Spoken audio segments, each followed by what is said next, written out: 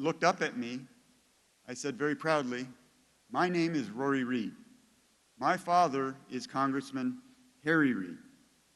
Before I could say another word, the gentleman spewed some expletives, raised the hoe above his head, and literally chased me from the yard.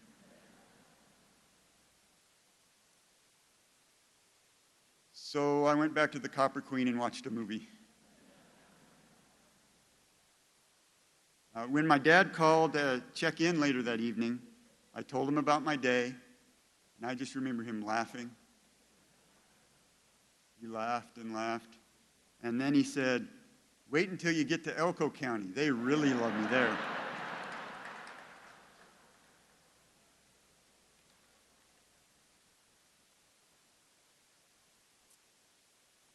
I've also been thinking a lot about a moment I had with my dad when I was very young. I was a boy.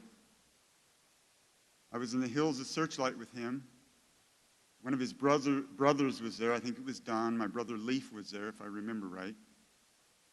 My dad carried a flashlight as he walked a few steps ahead of me.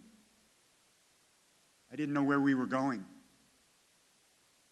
After a few minutes, we approached a dark opening of a horizontal mine shaft that disappeared deep into the hillside. As I leaned to one side, he turned on his flashlight, and I peered around him, and when he shined his light into the blackness, I could see the reflection of two bright red eyes that quickly approached, and then a rat scurried past us. And my dad must have known I was anxious, so he grabbed two of my small fingers. He hooked them in his belt loop. He said, "Stay close." And I followed him into the shaft, bathed in the light he provided.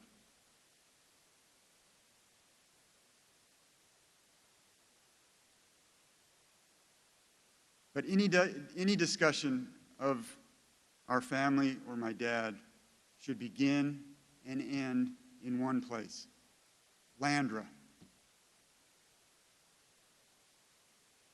She was the center of his universe. They met as teenagers.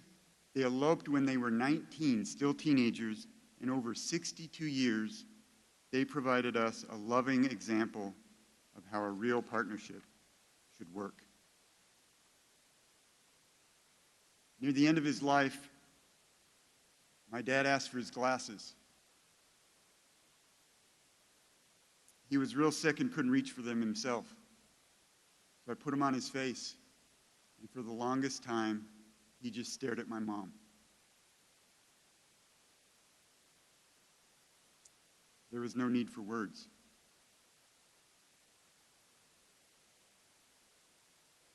This morning, our family was guided here by a police escort. An apostle of our faith then offered his blessing to us. As you saw, a military procession presented the casket of my father in this grand hall. The leaders of the United States Congress are here in his honor. Presidents Obama and Biden will grace us with their words, and next week my dad will lie in state in the United States Capitol Rotunda in the same spot Abraham Lincoln rested. But what I'll cherish most and never forget is what I saw in the private, quiet moments that I was privileged to share close to a Nevada giant. May the God of heaven and earth continue to ensure that his soul rests in peace. Goodbye, Dad, till we meet again.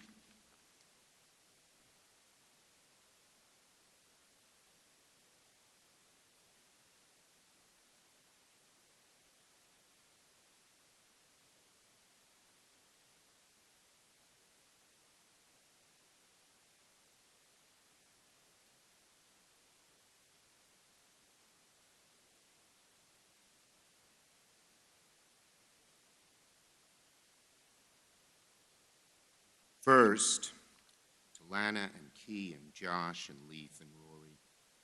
What beautiful, beautiful, amazing words.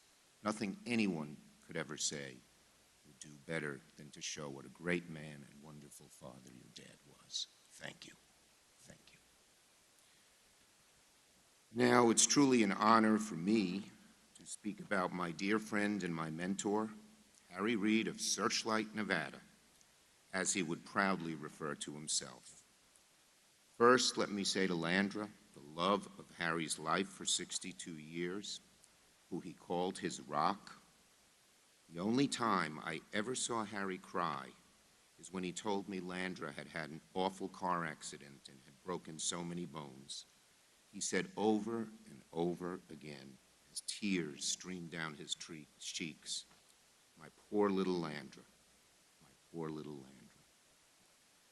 Landra, I know nothing can replace the hole in your heart right now. But just know that every single person in this room, and literally thousands more across the nation, are holding you in their hearts as you endure this painful loss with your family. I lost my dad a month ago, but he's still with me, just as I know Harry is with all of us and will always be. 5 years ago, at the unveiling of Harry's official portrait, I said, "It'll be quite some time until we see another like Harry Mason Reid." 5 years later, that statement remains as true as ever. He was one of a kind. The presence of so many distinguished guests at this memorial, President Biden, President Obama, Speaker Pelosi, Elder Ballard of the Church of Jesus Christ of the Latter-day Saints, and so many others, so many of my colleagues who came here, both present and those who previously served in the Senate. All of us being here is proof of the wide and deep impact that Harry had on this world. Now, that being said, no doubt, Harry would be extremely annoyed and embarrassed that so many of us made a trip out to Las Vegas for him. I know nothing he'd want less than to sit through a bunch of speeches talking about how great he was. But I knew Harry well, and even though he wouldn't want it, I know a part of him would enjoy it. He'd sort of be like Sid Caesar after he got some applause. No, please, no more applause. I got to know Harry when I came to the Senate in 1999. Here was this man, a soft-spoken Mormon from Searchlight, a town that was miles away from nowhere, at least in my mind. And here I was, a brash Jewish kid out of Brooklyn, a borough that's nearly as populous as the state of Nevada. We were a match made in heaven. I quickly learned that just beneath Harry's soft-spoken nature was a truly honest and original character. There are so many stories. Let me tell you one. Back in 2012, during the Democratic National Convention in Charlotte, Harry called me all excitedly and summoned me to his hotel room late at night. I knocked on the door and Harry let me in. I'm not sure if Landra remembers, but she was there. I thought we were going to discuss some important issue about the next day's convention. But before I could gather my thoughts, Harry pulled me aside into the small little bathroom. We were virtually on top of each other, and he lowered his voice. "Chuck, I want you to take care of something important," he said, before pulling out a wad of cash out of his wallet and peeling off 4 $100 bills. "You know," he said, "you've been working hard and doing a lot of the right things to be Democratic leader, but you need to dress better. Please buy some better shoes."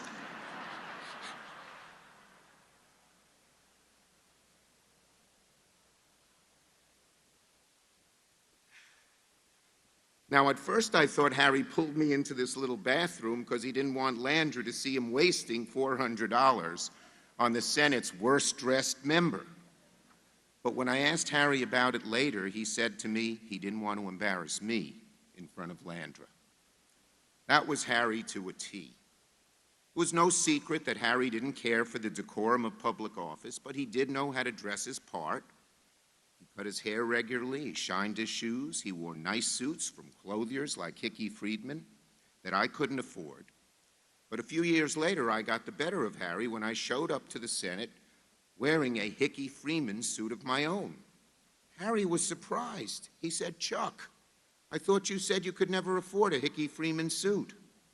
I told him I can't, so I visited the warehouse in Rochester and bought one at a wholesale price. Harry stopped slipping me money for clothes after that. Now, to be clear, I don't just travel around the state looking for good deals on clothing. For example, as many of you know, every year I attend and speak at dozens of college graduation ceremonies around New York every May and June. Harry, of course, knew about this tradition, and he thought it was hilarious. In fact, he liked it so much that one day he gathered all 100 of his staffers into his office and asked me to deliver the entire 15-minute speech to all of them. But after I became Democratic leader, he started to worry about my habit. Every graduation season, he'd call up my wife, Iris, who's here today, and plead with her. You got to stop him from going to every graduation and every event. He's got to garner his strength and his health. That's just who Harry was. If you were lucky enough that he cared about you, called you his friend, and he cared about you with every fiber of his being. Sometimes you could even say he cared a little too much. You know, Landra wasn't the only woman I've seen Harry kiss passionately on the lips. It was back in 2006.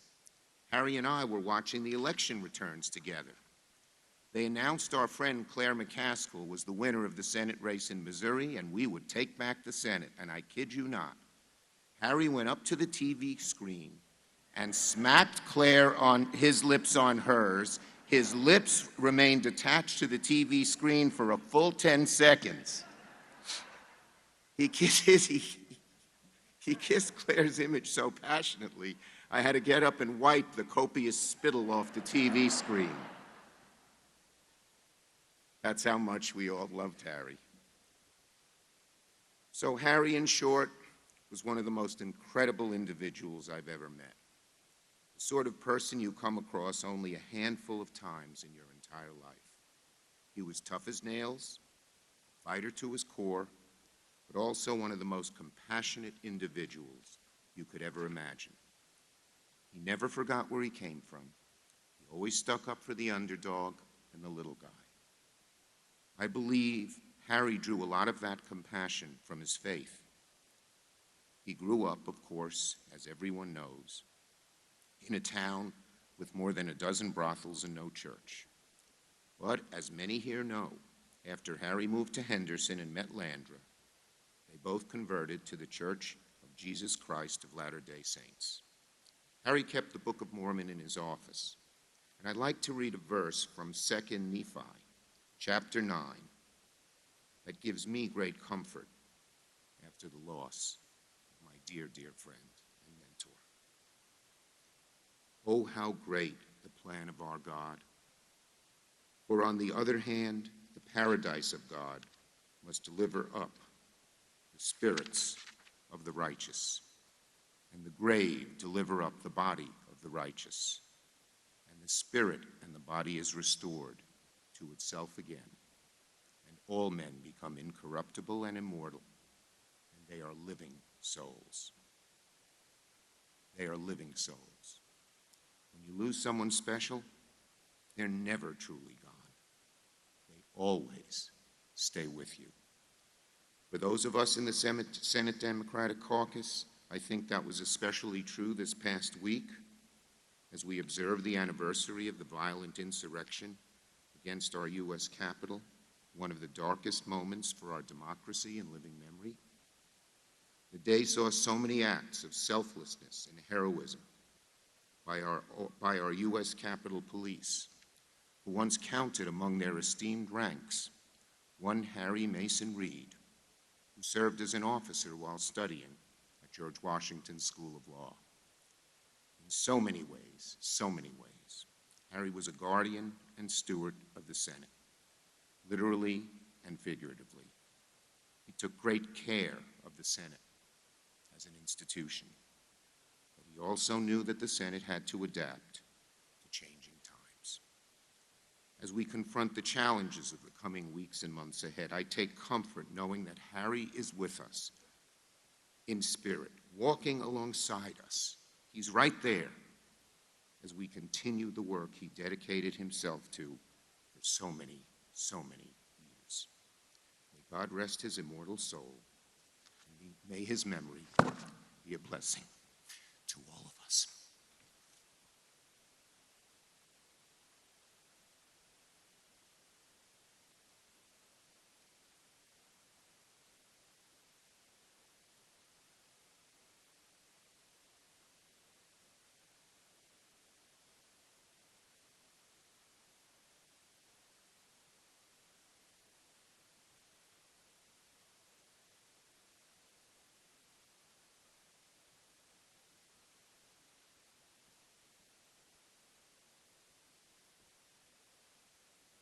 Good afternoon, everyone. It is indeed a great honor to join this tribute to the towering titan of public service, Senator Harry Reid. Wasn't it deeply moving for all of us to hear Lana and Rory and Leif and Josh and Key speak so lovingly of their father? You, his children, along with his many precious grandchildren and his darling great-grandchild, are his greatest pride. But hearing you speak about him shows us what a source of strength you are to him.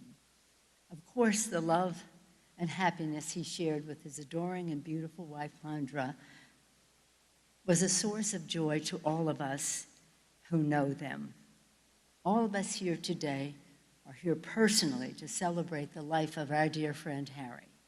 Some of us, including 2 presidents of the United States, the vice presidents, members of both the Senate and House, are also here officially to salute a legendary statesman. I have the privilege as Speaker of the House to bring the sympathy of the House of Representatives, where Harry once served. Chuck will say, not as long as he served in the Senate, but I do lay claim to Harry because that's where I first met him. I wasn't in Congress then, but he was in the House, and he was running for the United States Senate.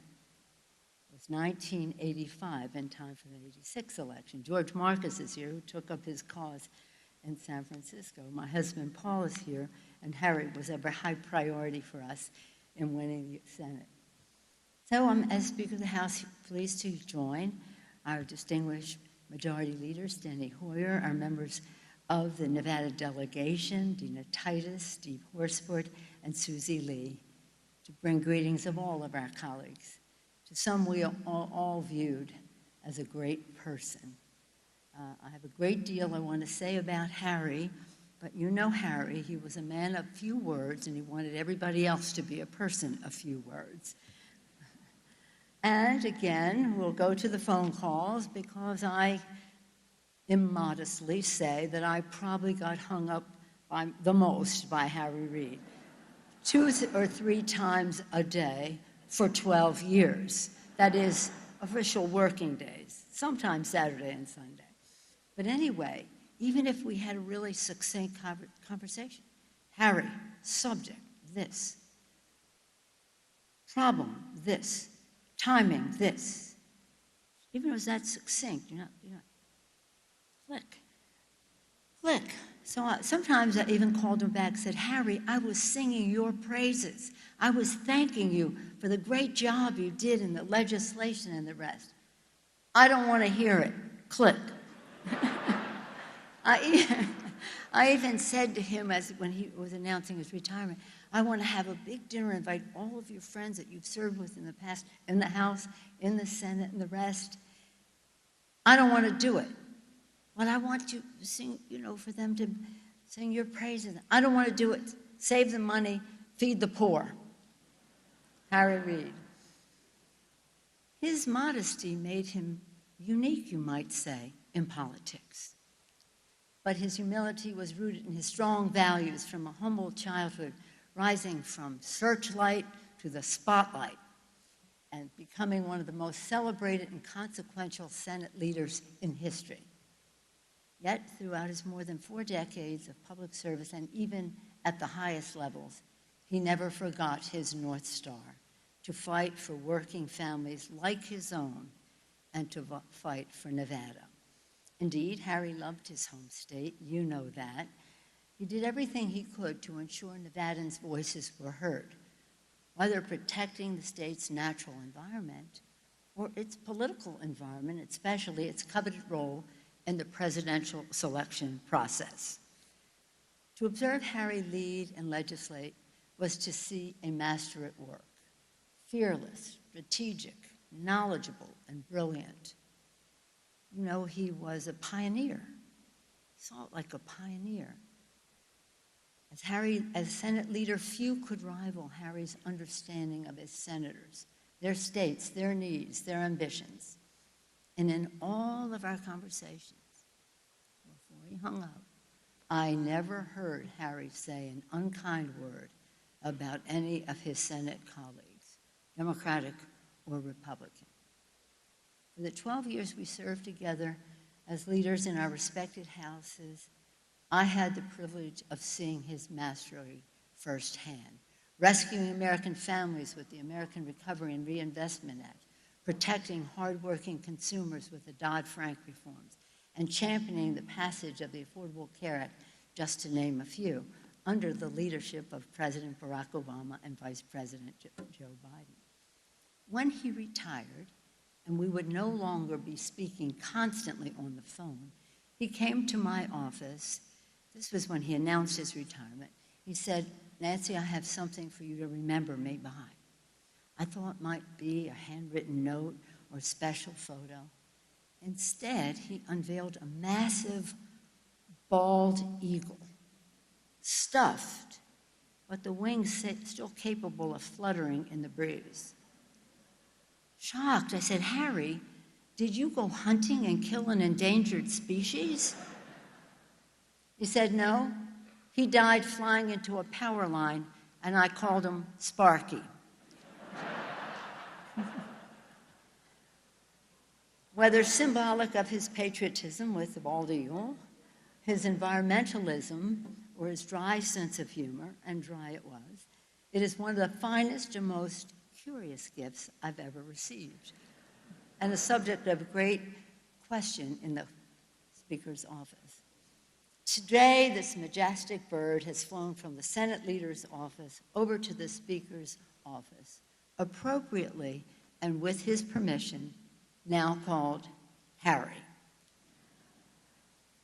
For his great legislative achievements, his most enduring public legacy will be that he was beloved, a word not often used to describe political leaders. He was beloved by his colleagues, by his staff, by maintenance workers, and by the Capitol Police, and as the leader mentioned, with whom he served as a young man as a Capitol Policeman.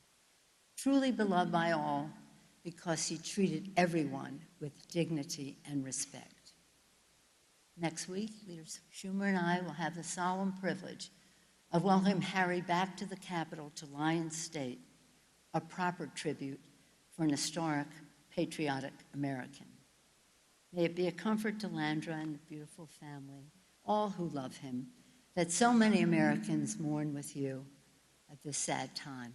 Paul and I, who loves Landra and loves Harry, send you our personal sympathy and love.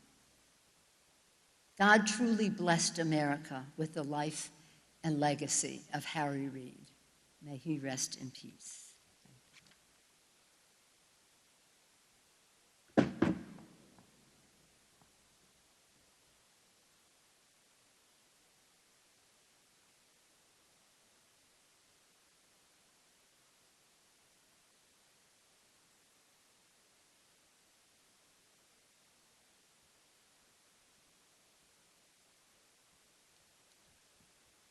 Thank you all. We're grateful for the entertaining, loving, and tender memories that have been shared. We will now be honored to hear from another of Senator Reid's very talented friends, Carol King, who at the request of Landra will perform In the Name of Love. Former President Barack Obama will then deliver the eulogy. Following President Obama's remarks, we will hear from the President of the United States, Joseph R. Biden. At the conclusion of the President's remarks, the closing prayer and benediction will be given by a granddaughter, Savannah James Reid. Please remain in your seats after the closing prayer for a special send-off.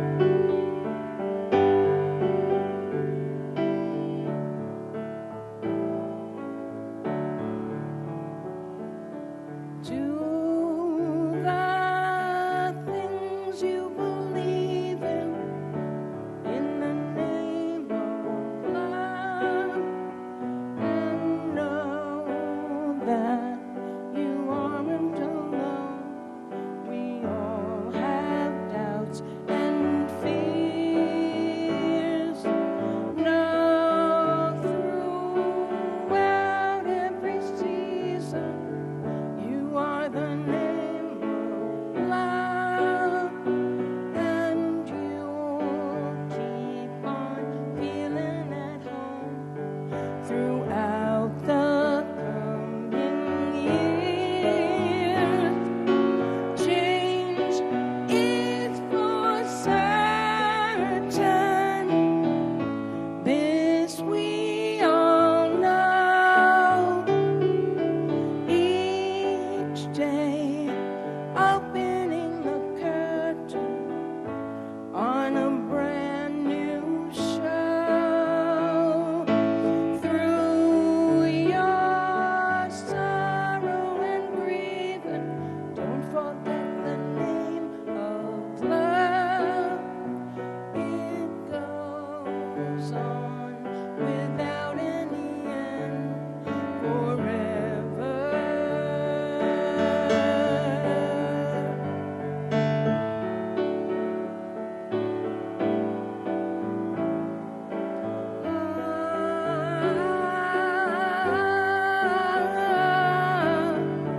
In the name of love.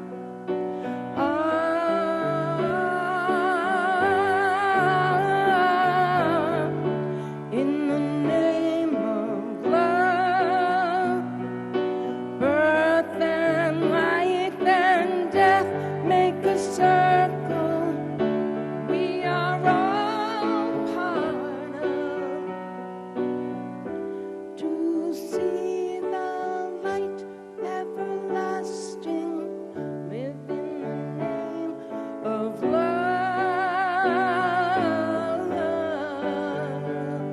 forever.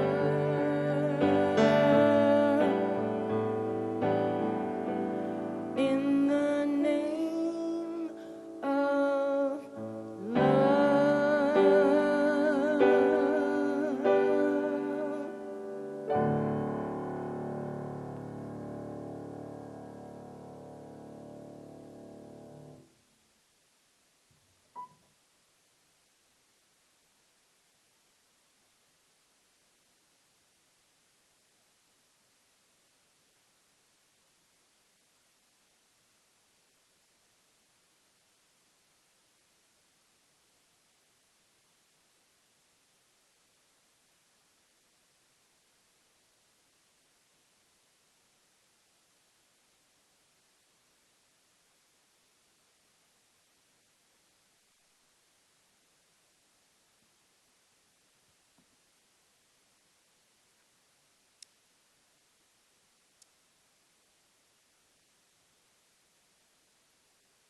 President and First Lady Biden,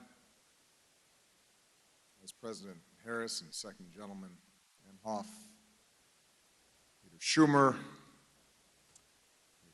Speaker Pelosi, Elder Ballard, most of all to Harry's beloved Landra, Reid children and grandchildren, friends, and former staff. It is a great honor to be with you today to pay tribute to my friend Harry Reid. Now, to be clear, and as Chuck mentioned in his remarks, I suspect Harry himself would not have wanted to sit through this thing.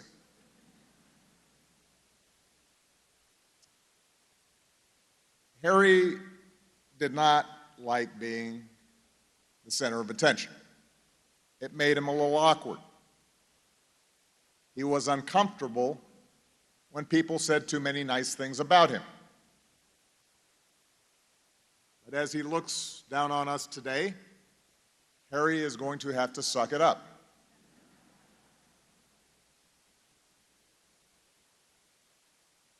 Because few people have done more for this state and this country than this driven, brilliant, sometimes irascible, deeply good man from Searchlight, Nevada. I first met Harry in 2005 after I'd been elected to the Senate and Harry had been elevated to become Democratic leader. And I was the sole African American in the Senate at the time, a mixed kid with a funny name. And given how different our backgrounds were, I did not know how well Harry and I would hit it off.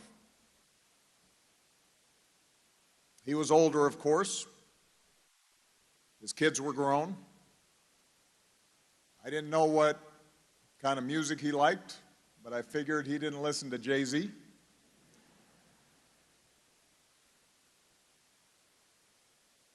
On the issues, he had a reputation for being a little more conservative than I was, reflecting the politics of his western state. So he invited me to his office for a chat shortly after I'd been sworn in. There was not a lot of small talk. In fact, there was not a lot of talk at all. He asked me what committee assignments I wanted. I told him. He said he'd see what he could do. Half the time, his voice was so soft, I could barely hear what he was saying. Afterwards, my senior colleague from Illinois, Dick Durbin, asked me how it went. I said, man, I don't know. The whole conversation lasted maybe 10 minutes. He did not seem particularly pleased with my taking up his time. Don't worry, Dick said. If Harry didn't like you, it would have only lasted 5 minutes.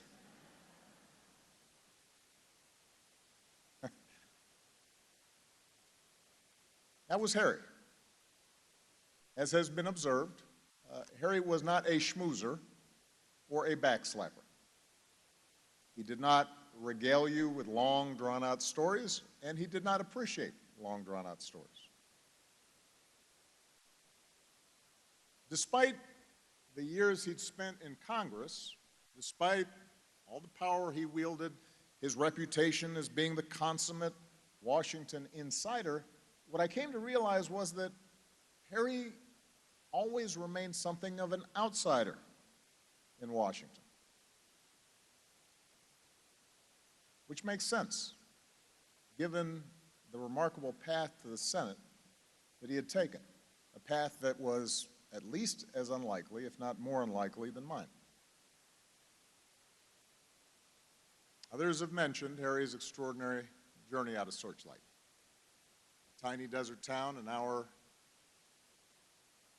away from just about everywhere. How Harry had to hitchhike more than 40 miles each way to Henderson and stay with relatives just to go to high school. How he put himself through college and law school, moonlighting as a uniformed Capitol Police officer to help cover tuition and support a young family. Fair to say it was not easy. There must have been times where he felt doubt about achieving his dreams. Like the time when his car broke down and he walked into the dean's office to say that he wasn't sure if he could afford to finish school. As Harry remembered it, the dean looked him up and down and said, "Mr. Reid, why don't you just quit?" That dean did not know Harry Reid's character.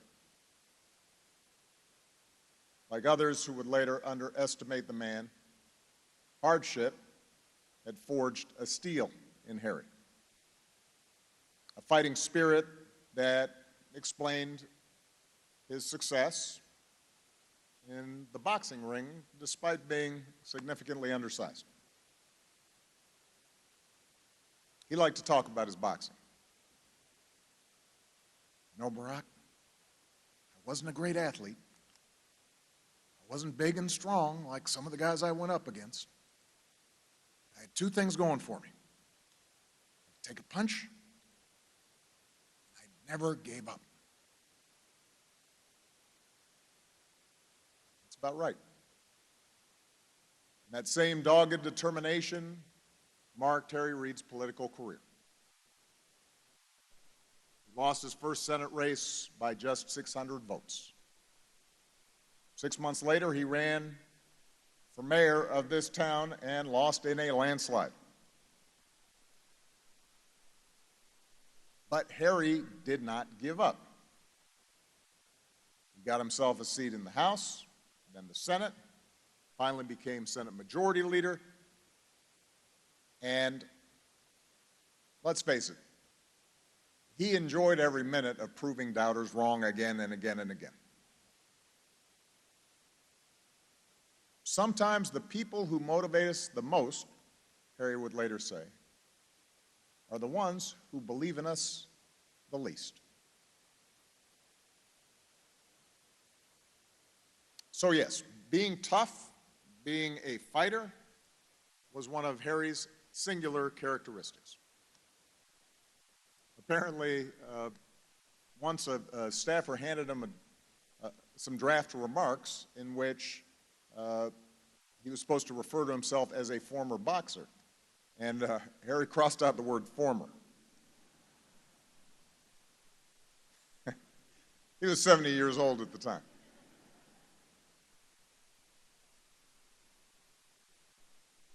But there were other aspects to Harry's character that helped explain his extraordinary achievements.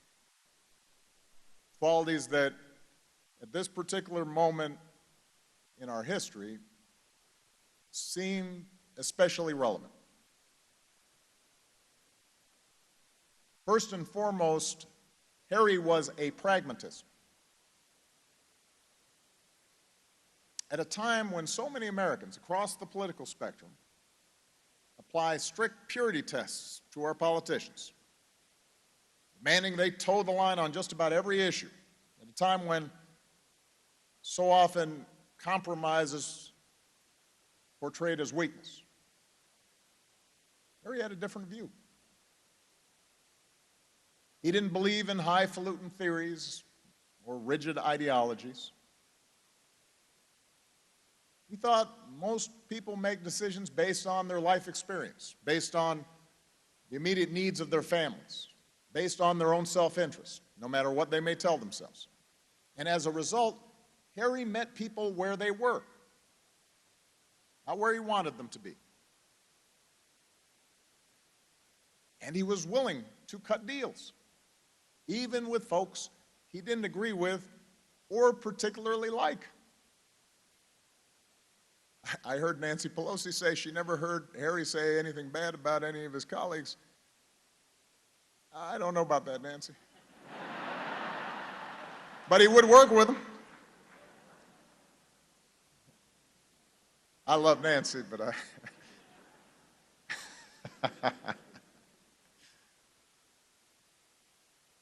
but he would work with them if that's what it took to move things forward. In a battle between perfection and progress, Harry always chose progress. And that pragmatism made Harry adaptable. When he first got to Washington, Harry's voting record wasn't so different from those who'd represented his state in the past, holding traditional positions on issues like gun rights, immigration, reproductive health. But as Nevada and the country changed, as Harry met more and more people from different walks of life and realized their struggles weren't that different from his family's had been in Searchlight, Harry's views on some of these issues changed as well. He didn't consider that a weakness. He understood that he wasn't always going to be right about everything.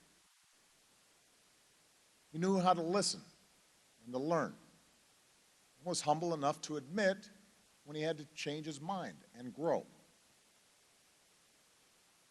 And by the way, speaking from personal experience, it helps when you're married to somebody who's wiser and brighter than you. I know something about that. After Harry introduced a bill repealing birthright citizenship in the 1990s, for example, Landra pointed out that her own father had been a Russian immigrant. Later, Harry would say, "I came to the realization that I was way off base.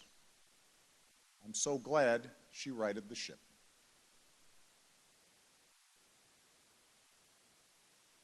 Now, of course, there are plenty of politicians who change their positions just because they want to get reelected.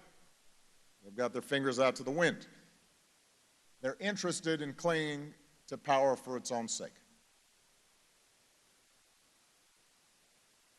But for Harry, the whole point of holding office, the whole point of wielding power, was to actually get things done on behalf of those he represented.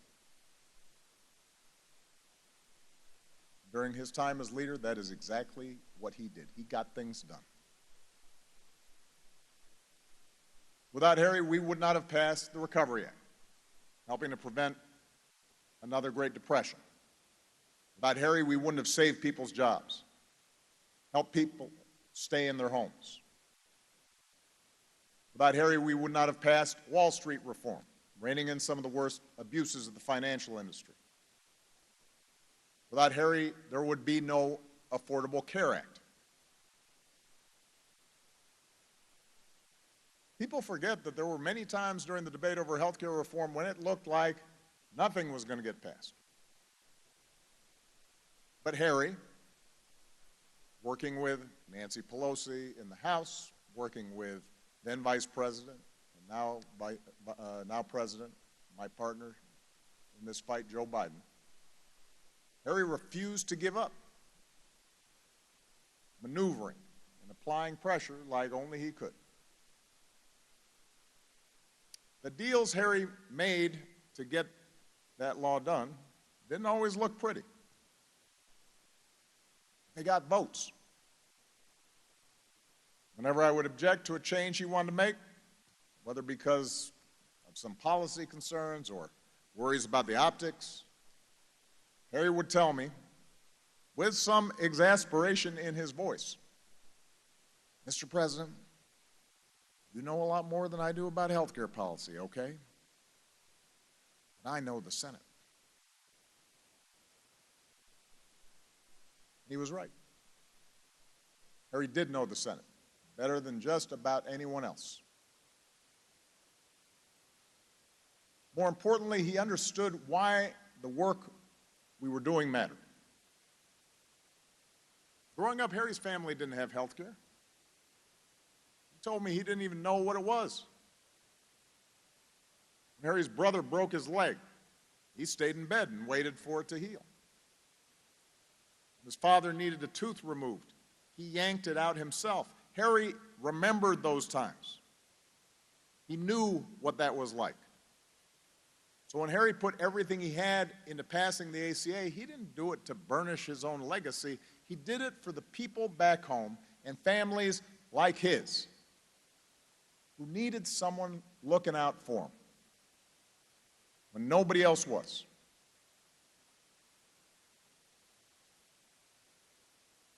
Harry got things done. And here's another thing that set Harry apart. He was always unfailingly himself. That may not sound exceptional, but in Washington, it is an exceedingly rare quality.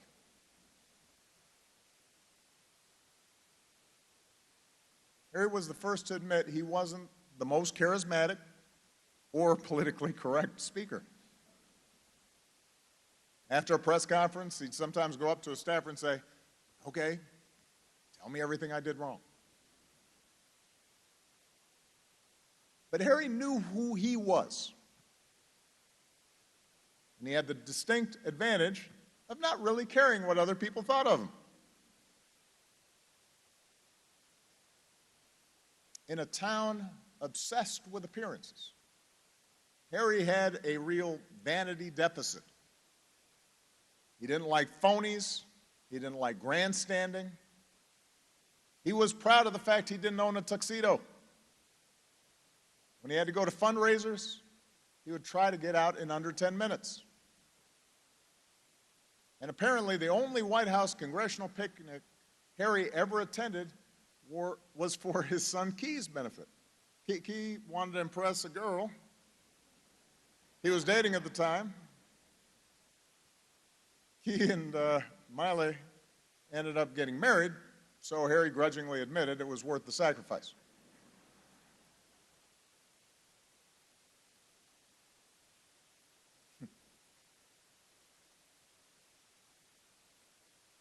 Finally,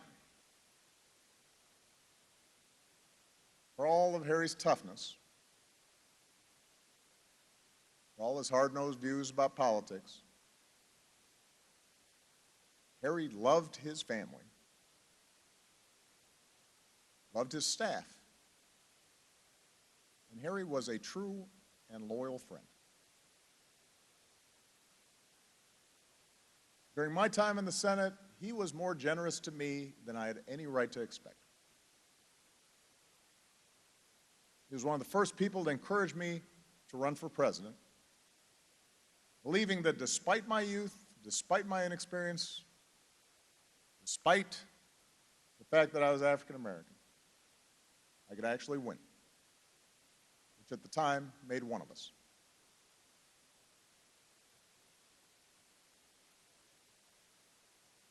You wanted Harry in the foxhole with you. His willingness to fight by my side, to stick with me even when things weren't going our way. And my poll numbers had gone down, and some Democrats thought it might be prudent to maintain a healthy distance from me. His willingness to be there and fight would last throughout my presidency. It's a debt to him that I could never fully repay.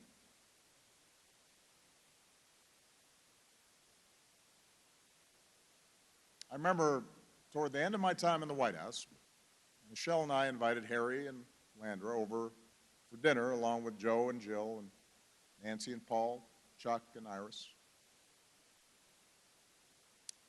And during the meal, Harry was his usual curmudgeonly self. Occasionally he'd offer an opinion on this or that, mutter about the food was pretty good. But generally, he was keeping his own counsel. But at the end of the night, those who were there, I suspect, will remember this. I sure do. Harry suddenly asked for everyone's attention. "Listen," he said, "everybody here knows that I don't show a lot of emotion, okay? That's just how I grew up. I just want to say that I'm really proud of what I've done with this president, and that I love this guy." And then, without any warning, he leaned over and kissed me on the cheek.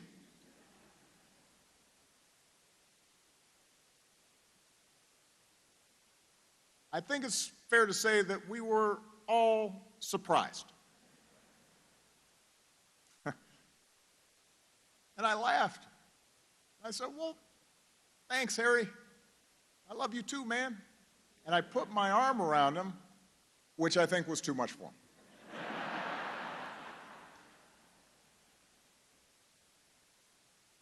Because he said, well, okay then, it's past my bedtime. And with that, he and Landra headed for the door.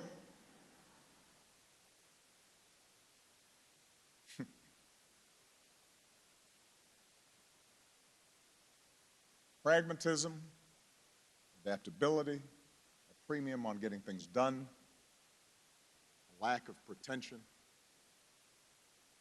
an abiding loyalty. That's what Harry Reid represented. A man of old school virtues. They are qualities that are in short supply these days. Yet, it seems to me they are precisely the qualities our democracy requires. Harry understood we don't have to see eye to eye on everything in order to live together and be decent toward each other. And that we can learn to bridge differences of background and race and region. He knew that our system of government isn't based on demanding that everybody think exactly the same way. In fact, it presumes that in a country as big and diverse as ours, people rarely will. But we can still work together. Harry may have been a proud Democratic partisan. He didn't shy away from bare-knuckle politics, but what is true is that I never heard Harry speak of politics as if it was some unbending battle between good and evil. Because he knew what was true for himself was true for everybody, that we're all a bundle of contradictions. We all have our flaws. We all have our blind spots. But despite all that, was possible for us to affirm our collective humanity, because that's what made America great.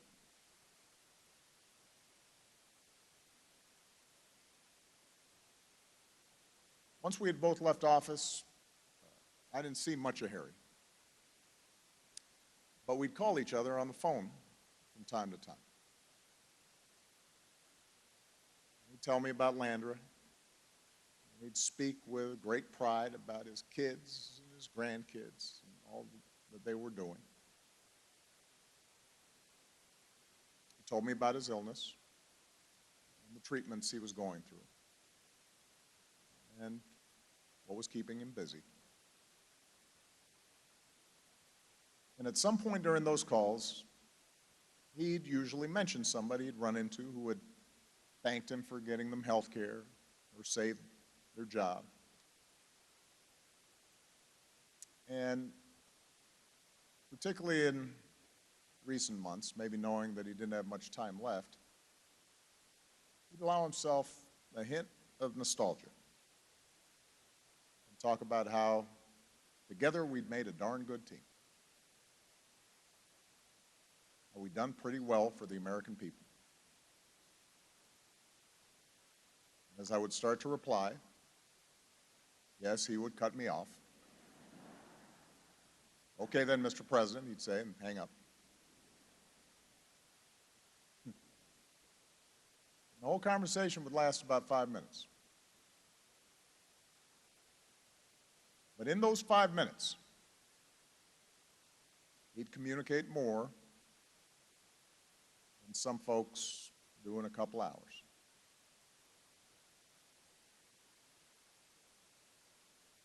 That's who Harry was. A man who knew what was important and didn't believe in dwelling on what wasn't. One former colleague explained it by saying, to Harry, goodbye was an unnecessary word. Might not have been necessary for Harry, but it is for us.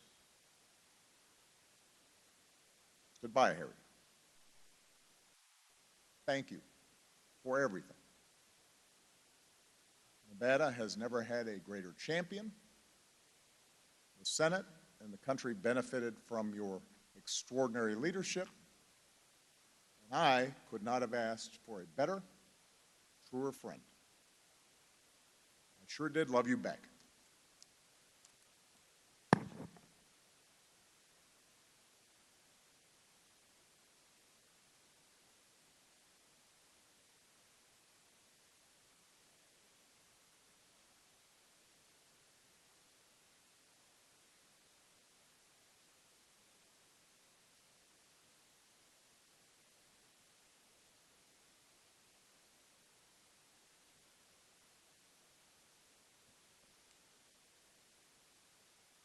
Well, Mr. President, Rock, I have to tell you, every time I hear a dial tone, I think of Harry. You all think I'm kidding. I'm not. Jill and I are here for Harry, but he wouldn't want us to really be here for just him, as everybody has referenced. Rhonda, we're here for you and for the family. Eulogies are for the living. No, it's a true love story. When you're still talking about your first date 60 years later ago. Harry never tired of telling the time you two kids had to push start his car, making your way down the road with wide smiles on your face. My recollection is he called it, when he told me the story, one of those, quote, moments that turn a life and that stay with you until the last breath. Landra, what a life you turned together until his last breath. Lana and Rory and Leaf, Josh, Key, all the grandchildren, great-grandchildren. Seeing and hearing you talk about him today, it's clear. My dad used to have an expression. He'd say, you were blood of his blood, bone of his bone. You are the product of Harry and Landra Reid. What a gift. What a gift God gave you. What a gift that was and is. Elder Ballard, President Obama, Vice President Harris, second gentleman, Governor Sisolak, thanks to the passport into the state, and Iris, and Chuck Schumer, and Paul and Nancy Pelosi, members of the Nevada congressional delegation, Senator Cortez Mastows and Rosen, and Representatives Horsford and Lee and Titus, members of Congress, Democrat and Republican, past and present, distinguished guests. What a gift Harry Reid was to this state, to this nation, and to so many of us individually. I know he's smiling right now. Only Harry Reid at his send-off would sandwich the speaker between former President of the United States, Carole King, and the Killers. Thanks, Harry. You've always had a great sense of humor. He always had to win, and he always did. He got me again, but he always got me. The first time I met Harry, I got a call asking whether, as I'd just been elected at 29 years old in the United States Senate, I hadn't even turned 32 yet. I was a newly elected senator, and he asked me to campaign for his election for Nevada's Senate seat being vacated by a man I'd only just begun to know, Alan Bible. The first thing when I met him in Nevada, we were talking about where he's from, and he said, well, I used to have to go out and shoot mad dogs. I thought, what in the hell am I doing here? I swear to God, I used to go out and shoot mad dogs. I'm thinking, bless me, Father, for I have sinned. What's going on? Harry lost that general election by less than 600 votes to Paul Laxalt. And he never let me forget thinking that I probably cost him those 600 votes. I'm only kidding about that piece, but I probably did. But when he asked me to come back and campaign for him when he ran for the House in 1982, he won that time. Then he won in 86.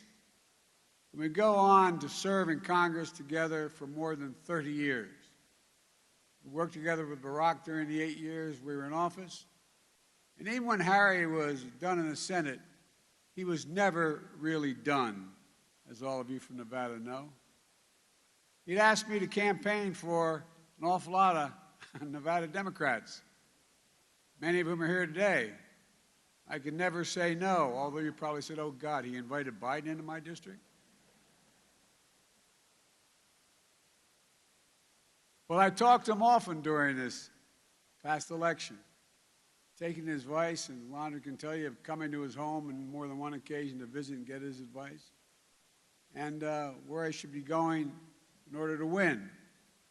After he won, one of the things that Harry did, which was sort of incongruous with Harry, as you've heard today, he sent me a text.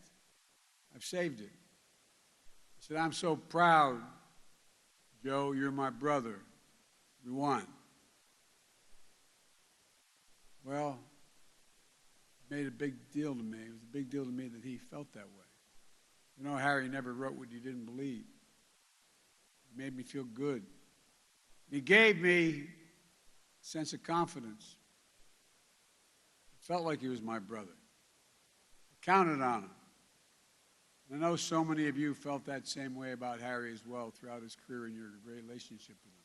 Over 5 decades, we became genuine friends. The Irish Catholic kid from Scranton, Pennsylvania, and the Latter-day Saint from Searchlight. You think I'm kidding. But Harry is like the guys I grew up with back in Scranton and Claymont, Delaware. Harry would always have your back, like the guys I grew up with. Harry had mine, and he knew I had his.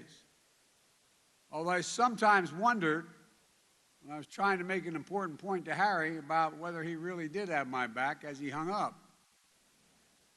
But to tell the truth, every time he would do it, I knew it was the real Harry. It was him. He had all he needed. He didn't want any more or need any more. We did share some similarities. As Barack said, we have loving families, wives that are smarter and better looking than we were. And Harry and I both like to talk a lot. I'm just testing whether you're asleep yet.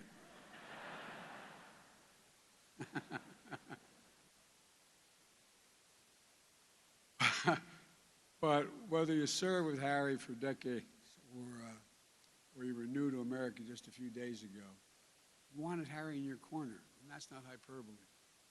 His toughness was distinctly Nevadan. His story was unmistakably American. His remarkable journey has been told by so many, because it has been traveled by so few. The desert shack he called home, miles he hitchhiked to school, a boxing ring where he always got up, family tragedies endured, the cancer he and Londra fought, the halls of power he walked, the state he transformed, the country he shaped. He was proof that there's nothing ordinary about America. Ordinary Americans can do anything given half a chance. We, the people, are pretty damn extraordinary. America's an idea that anybody given a shot can reach their potential. Harry was extraordinary, though. He and I grew up on different sides of the country. We came from the same place, where certain values ran deep. First, loyalty, faith, resolve, service, your word. It was pounded into my head from the time I was a child. Joe, you're a man of your word. Without your word, you're not a man.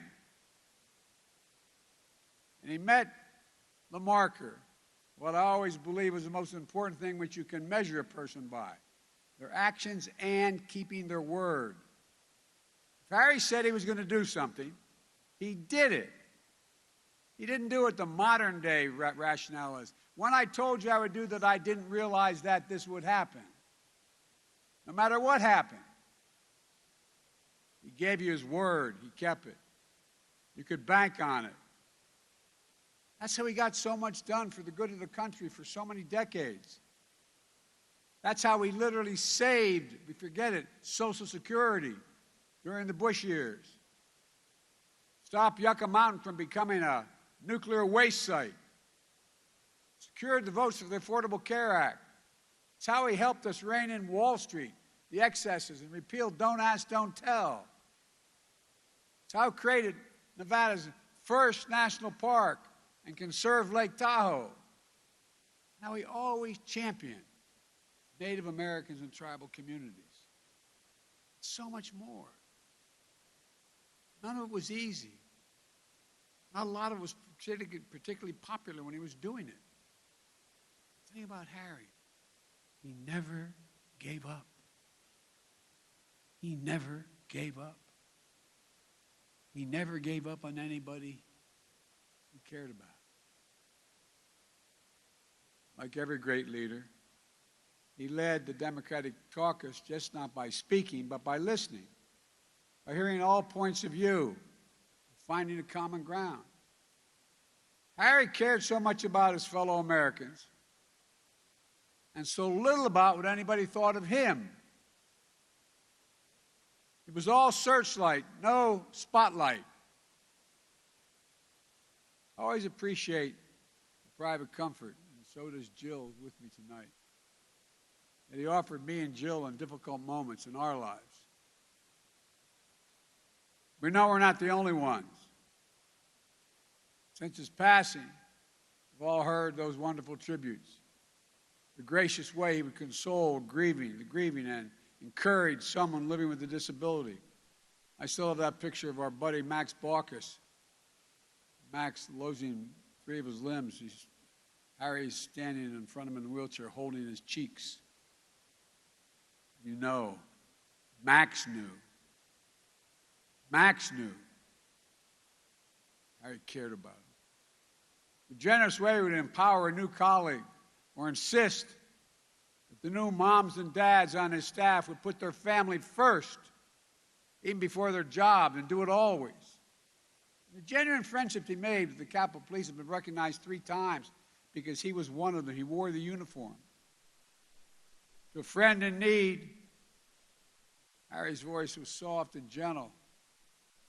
In praise of himself, he was stone cold silent. In pursuit of fairness and prosperity, his voice would echo and will echo for generations in this state. Look, let there be no doubt. Harry Reid will be considered one of the greatest Senate Majority Leaders in history. I've served longer than all but about 12 United States Senators. Served there for over 36 years. I've had the honor of serving with a few of those names to be on that short list. For Harry, it wasn't about power, it was about the sake of power, about the power to be able to use power to do right by people. That's why you wanted Harry in your corner. That's what we should remember as a nation today. Harry knew better than most how difficult democracy is, that the idea of America itself is under attack from dark and deepening forces, that we're in a battle for the soul of America. Londa, I remember sitting in a room with Harry when he was supporting me for president, and my explaining to him the reason I decided to run when I had decided I was never going to do that again. I was watching all those neo-Nazis come out of the fields down in Virginia, chanting anti-Semitic Bible, carrying Nazi flags. And he asked me what. I said, we have to restore the soul of America. No one knew it better than Harry. Protecting democracy requires vigilant stewardship. But Harry's life shows that from our darkest days, we can find light and find hope. Just look at his life. It's just about every respect. Harry Reid came into this world with the odds against him. He believed life, and he lived it, and he left it, believing anything was possible. He's demonstrated that anything is possible. Look at this incredible family. Harry, in a small way, reminds me of my dad. My dad used to say, Joey, never explain and never complain. Remember one day we were having an event when I was running for my, I guess it was 5th term. We're at my house. I was feeling a little sorry for myself talking about a family loss of a daughter. My dad, he said, I'll be back in a minute. He left the house. We were waiting for people to show up. Went up to the local Hallmark store. And came back with a cartoon. There was an old brass plaque with 2 sections to it. There were 2 clips from the cartoon character, Hagar the Horrible. And in one, Hagar the Viking on a ship had been moving along near the rocks. Lightning comes out of the sky, chars the horns of his helmet, breaks the mast of his ship, and he's looking up at God. He's going, God, why me? In the next frame, there's a picture of Hagar and the ship and a voice coming down from heaven saying, why not? That was my dad. What makes you so special these things wouldn't happen to you? Why not? Stand up. Get up. Never bow, never bend, never yield. That was Harry. Never complain. That's what I admired so much about him. Above Harry's desk, as we all know, in the Senate office, was a giant portrait of Mark Twain.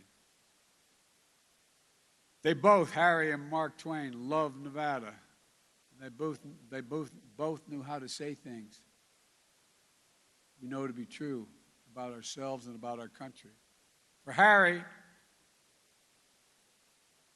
it was this, as he said himself. He said, quote, I grew up around people of strong values, even if they rarely talked about them.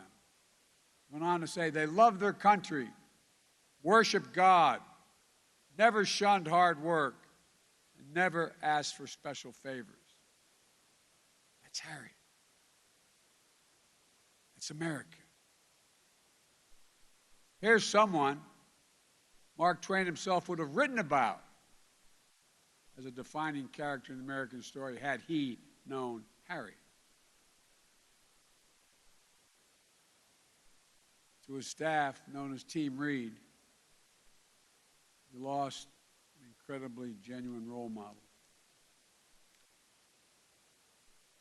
But we see you carrying on HMR's legacy.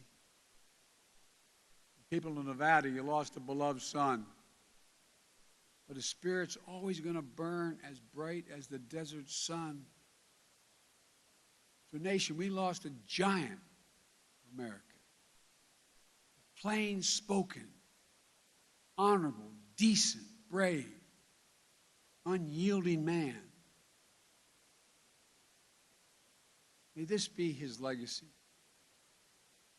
Call on each of us to be our best, to speak truth from the heart, to take up the remaining rounds of Harry Reid's good fight, for the America we all love. What a gift. I mean this from the bottom of my heart. What a gift. What a life of a nation to be turned until his last breath. Landra, God bless you. God bless the entire family. And God bless my friend Harry, a great American. May God protect our troops.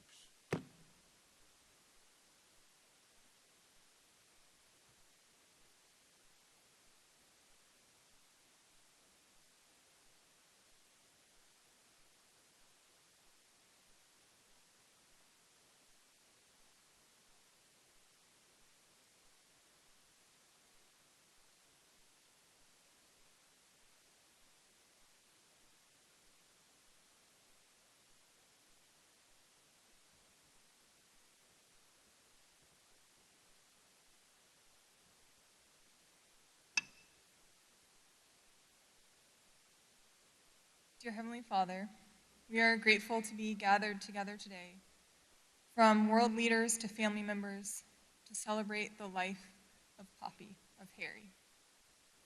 We are grateful for the beautiful words and music that have been shared today and for all the preparation and thought that went into this service. Most importantly, though, we are grateful for the years that we had Harry on this earth.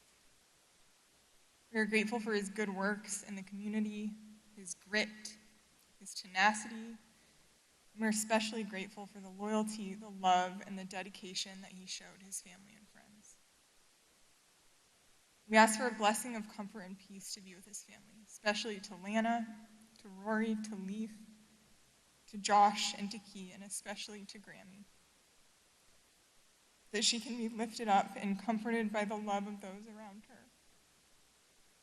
And that she can keep Poppy's memory with her always. We pray that his memory can be a blessing to us, and that as we serve thee, we can remember his good example of service, and that the best of him can be carried on in the lives of his children, his grandchildren, his great-grandchild, and all those that he touched. We say these things in Jesus' name, amen.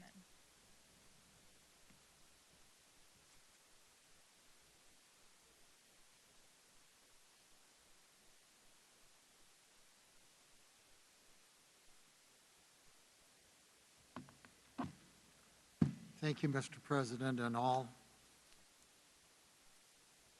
Much has been said about Senator Reid's telephone etiquette in this service. From my own experience, I have concluded, to paraphrase a line from a popular 1970s movie, that for Harry, love means never having to say goodbye. And because of the love of the Savior, Jesus Christ, neither do we. Instead, we say to Harry, God be with you till we meet again. Senator Reid's casket will be flown to Washington, where he will lie in state at the Capitol Rotunda, with an additional ceremony honoring his life to be held on January 12th. Senator Reid will make a final journey home to Searchlight, where he will be interred near other members of his family. As the Reid family now departs, we ask the congregation to stand and join Brandon Flowers, who will lead us in singing the Nevada State Song. Home means Nevada. The words appear on the program, and for those of you who are not from here, it's Nevada, not Nevada.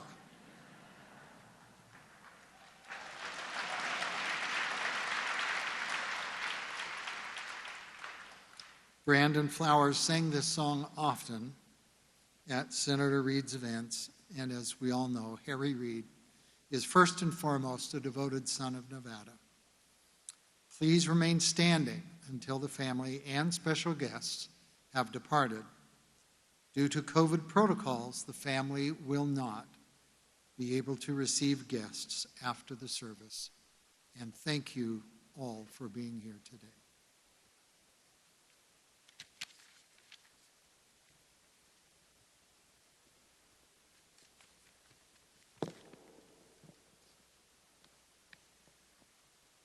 So I first met Senator Reid in 2009, and we were lucky enough to get to tour the Capitol.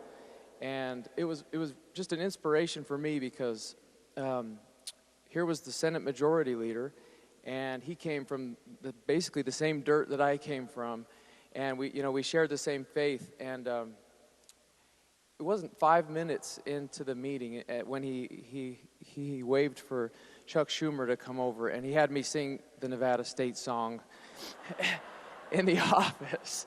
And I think he was showing me off a little bit, but I also, as we've all heard today, I think he loved where he was from. And it makes it a lot easier for me to stand here and tell you how much I love Nevada. And so, as we said, we all have these. We're going to feel free to sing along with me. Way out in the land of the setting sun, where the wind blows wild and free, there's a lovely spot, just the only one, that means home, sweet home to me. If you follow the old Kit Carson trail till the desert meets the hills, oh, you certainly will agree with me, it's the place of 1,000 thrills. Home means Nevada, home means the hills, home means the sage and the pine. Out by the Truckee silvery rills, out where the sun always shines. Here is the land that I love the best, fairer than all I can see. Deep in the heart of the Golden West, home means Nevada to me. Whenever the sun at the close of day colors all the western sky, oh, my heart returns to the desert gray and the mountains towering high, where the moonbeams play in shadowed glen with the spotted fawn and doe. All the livelong night until morning light is the loveliest place I know. Home means Nevada, home means the hills, home means the sage and the pine. Out by the Truckee silvery rills, out where the sun always shines, there is the land that I love the best, fairer than all I can see. Deep in the heart of the Golden West, home means Nevada to me.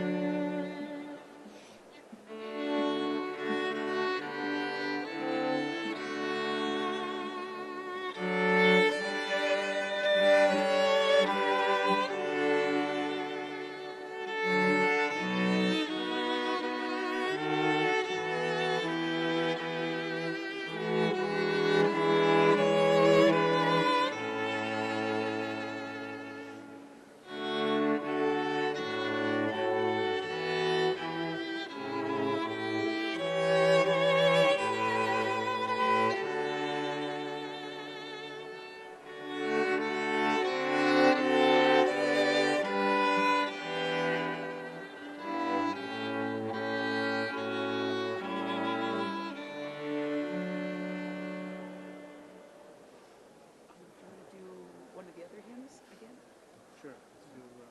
The in humility, I like that one. In humility.